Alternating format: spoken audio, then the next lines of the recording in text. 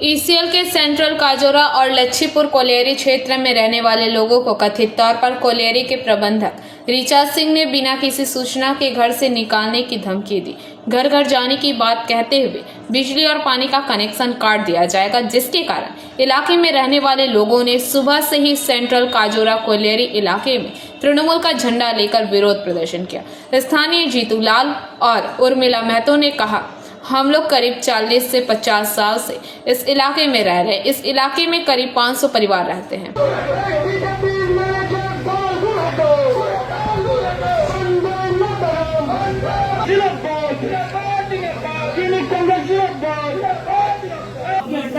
Under staff है ना आपका तो अंडर स्टाफ है। ठीक है, तो आप तो बोल सकते हैं इस कोलियरी का मैनेजर कौन होता है? मैनेजर मतलब क्या होता है? एजेंट पिताजी, मैनेजर मतलब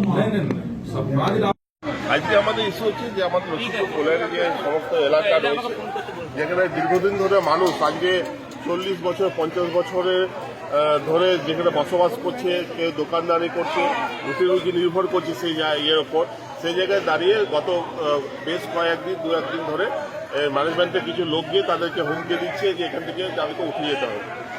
আজকে একটা কথা আপনারা চিন্তা ভাবনা করুন, কোনো সরকার তো জনবিরোধী কাজকর্ম করতে পারে, জনগণের স্বার্থে বাইরে তো কোনো সরকার হতে পারে না। আজকে সেই জায়গায় দাঁড়িয়ে এই মানুষগুলো যাবে কোথায়?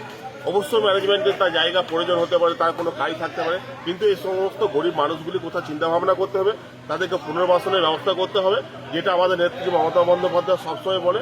আর যদি এই ধরনের চিন্তা ভাবনা বা পুনর্বাসনের চিন্তা ভাবনা না করে যদি জোর জবরদস্তি মনে করে ম্যানেজমেন্ট যে গায়ের জোরে ক্ষমতা দিয়ে আমরা উঠিয়ে দেবো, সেক্ষেত্রে তৃণমূল কংগ্রেস ময়দানে থাকবে, লড়াই হবে এবং আমরা আমাদের দাবি আদায় করে ছাড়বো। রাষ্ট্রকথা কি হয়েছে? রাষ্ট্রকথা কথা যেটা হয়েছে, ম্যানেজমেন্ট বলেছে যে আমরা দেখছি কি করা যায়।